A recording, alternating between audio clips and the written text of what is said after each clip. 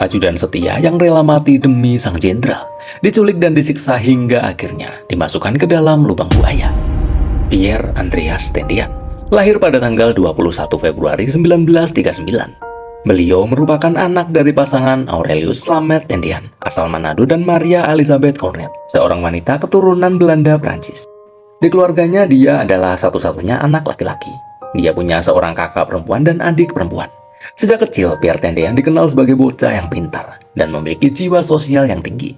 Hal ini dikarenakan dia sering melihat ayahnya membantu para pejuang kemerdekaan memberikan persediaan obat-obatan. Usai lulus SMA, Pierre Tendian mendaftarkan diri ke Akademi Militer Nasional untuk memenuhi cita-citanya.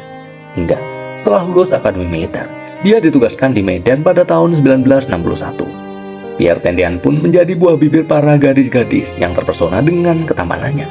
Namun, hanya satu gadis yang menarik perhatian Pierre Tendian. Perempuan itu bernama Rukmini.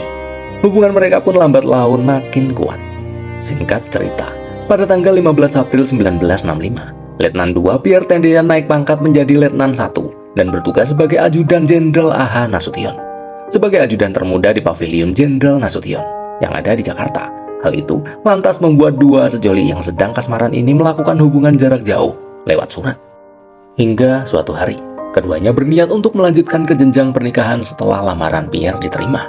Dia sepakat bahwa pernikahan akan digelar beberapa bulan mendatang, tepatnya pada tanggal 21 November 1965. Hari itu sangat ditunggu-tunggu oleh Pierre maupun Rukmini. Namun sayang, hari yang bahagia itu tidak akan pernah terjadi. Tepatnya pada pukul 4 pagi 1 Oktober 1965, pasukan Cakrabirawa menyerbu kediaman A.H. Nasution. Mereka bertujuan untuk menculik sang jenderal dalam keadaan hidup atau mati. Namun untungnya sang jenderal bisa kabur, namun harus kehilangan putri kecil tercintanya, Ade Irma Nasution. Pierre yang mendengar suara peluru langsung terbangun dari kamarnya dan keluar untuk mengecek keadaan. Dan tepat di depan kamarnya pasukan Cakrabirawa melihat Pierre Tendian. Karena keadaan saat itu gelap, mereka menganggap kalau Pierre adalah Jenderal Nasution. Namun bukannya mengelak, sang ajudan justru mengaku kalau dia adalah Jenderal Nasution. Setelah itu, Pierre Tendian disiksa dan ditembak di bagian punggung beberapa kali, bersama ke-6 jenderal lainnya.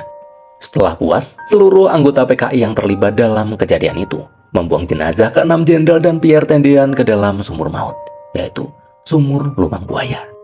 Semua korban keganasan PKI yang dikubur dalam sumur lubang buaya dianugerahi gelar pahlawan revolusi. Jadi, mau cerita sejarah apa lagi kita?